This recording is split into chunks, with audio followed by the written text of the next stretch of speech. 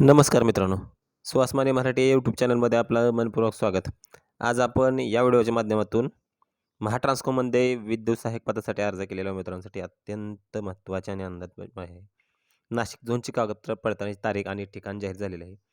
हा व्हिडिओ शेवटपर्यंत पहा, कारण एक छोटी चूक तुमची नोकरी घालवू शकते. त्यामुळे आपण हा व्हिडिओ शेवटपर्यंत नक्की बघा. आणि 84 पदाची ही यादी जाहीर झालेली आहे.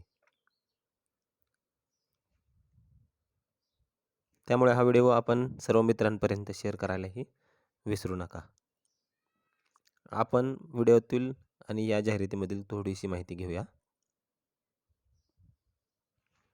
मित्रांनो, महाट्रान्सकोद्वारे विद्युत सहाय्यक पदासाठी निवड झालेल्या उमेदवारांना कागदपत्र पडताळणी डॉक्युमेंट व्हेरिफिकेशनबाबतचे अधिकृत पत्र आहे. पडताळणीचे वेळापत्रक आणि ठिकाण येथे दिलेलं आहे. 8 एप्रिल 2026 बुधवार, वेळ सकाळी 10 ते संध्याकाळी 6 वाजेपर्यंत. ठिकाण आहे कॉन्फरन्स हॉल, ब्लॉक नंबर 4, मुख्य अभियंता कार्यालय, EHV project cum and O&M zone, Prakash Kumbh, प्रशासकीय इमारत, जुना सायखेडा रोड, दुर्गा माता मंदिर जवळ, नाशिक रोड, 422-101.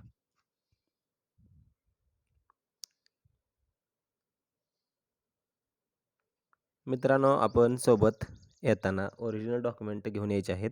तसेच 2 छायांकित प्रती संच करून आणायचा आहे. म्हणजेच ओरिजिनल डॉक्युमेंटचे झेरॉक्स काढून 2 प्रतीमध्ये संच निर्माण करून आणायचा आहे.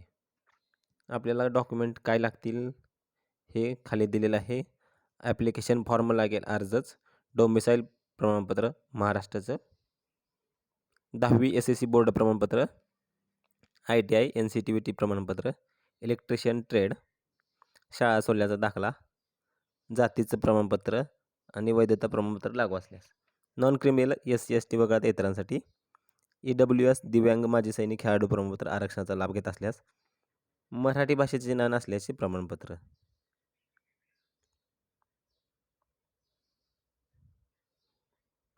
जर उमेदवार दिलेल्या तारखेला आणि वेळेला हजर राहिला नाही तर निवडीसाठी इच्छुक नाही असे मानले जाईल आणि त्याची उमेदवारी रद्द केली जाईल. हक्क केवळ कागदपत्र पडताळणीसाठी बोलवले म्हणजे नोकरी मिळाली असा होत नाही. निवड प्रक्रियेचा एक भाग आहे. आणि जर तुम्ही या यादीत निवडले गेला असाल तर सर्व कागदपत्रे वेळेत तयार ठेवा आणि नाशिक येथील पत्त्यावर वेळेत पोहोचा. तुम्हाला पुढील वाटचालीसाठी खूप खूप शुभेच्छा.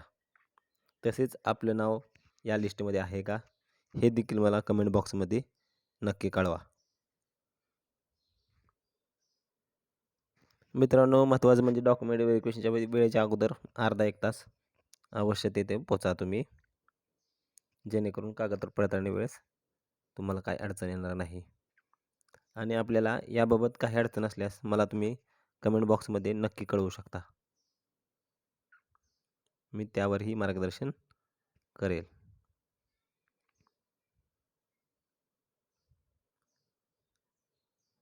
ज्या उमेदवारांचं सिलेक्शन झालेलं आहे त्यांचं पुनश्च एकदा खूप खूप अभिनंदन.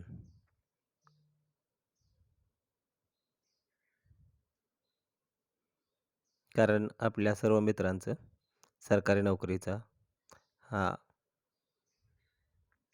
महत्त्वाचा योग आहे आणि आपल्या आयुष्याला कलाटणी मिळणार आहे. कारण आपण आत्तापर्यंत खूप नोकरीसाठी काबाड कष्ट केलेले आहेत.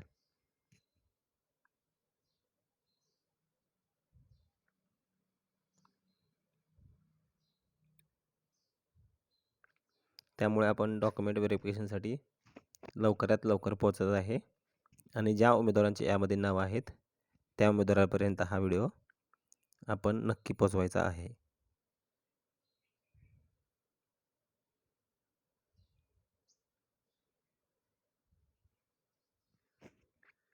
मित्रांनो, आपण डॉक्युमेंट व्हेरिफिकेशन जाताना आपण सेल्फ अटेस्टेड कॉपीज करू शकता आणि स्वतःचे 5-6 फोटो आपल्या सोबत आपण अवश्य जवळ ठेवा.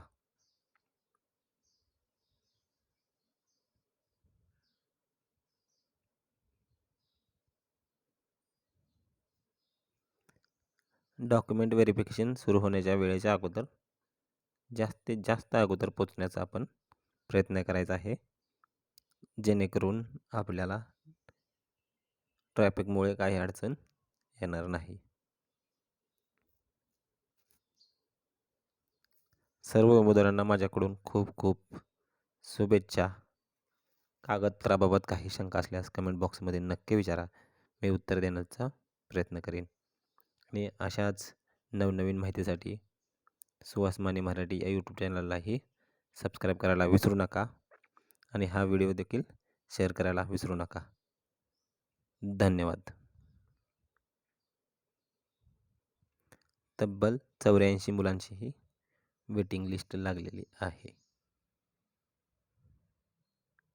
आपल्याला देखील मेल आला आहे का हे देखील आपण कमेंट बॉक्समध्ये नक्की कळवा. ज्या उमेदवारांचं सिलेक्शन झालेलं आहे अशा उमेदवारांना महापारेषणकडून मेल येण्यास सुरुवात झालेली आहे. त्यामुळं आपण आपला मेल आय डी चेक करत राहा.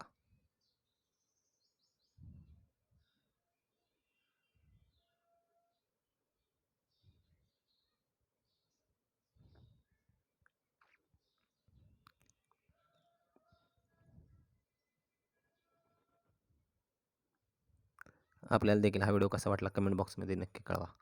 धन्यवाद.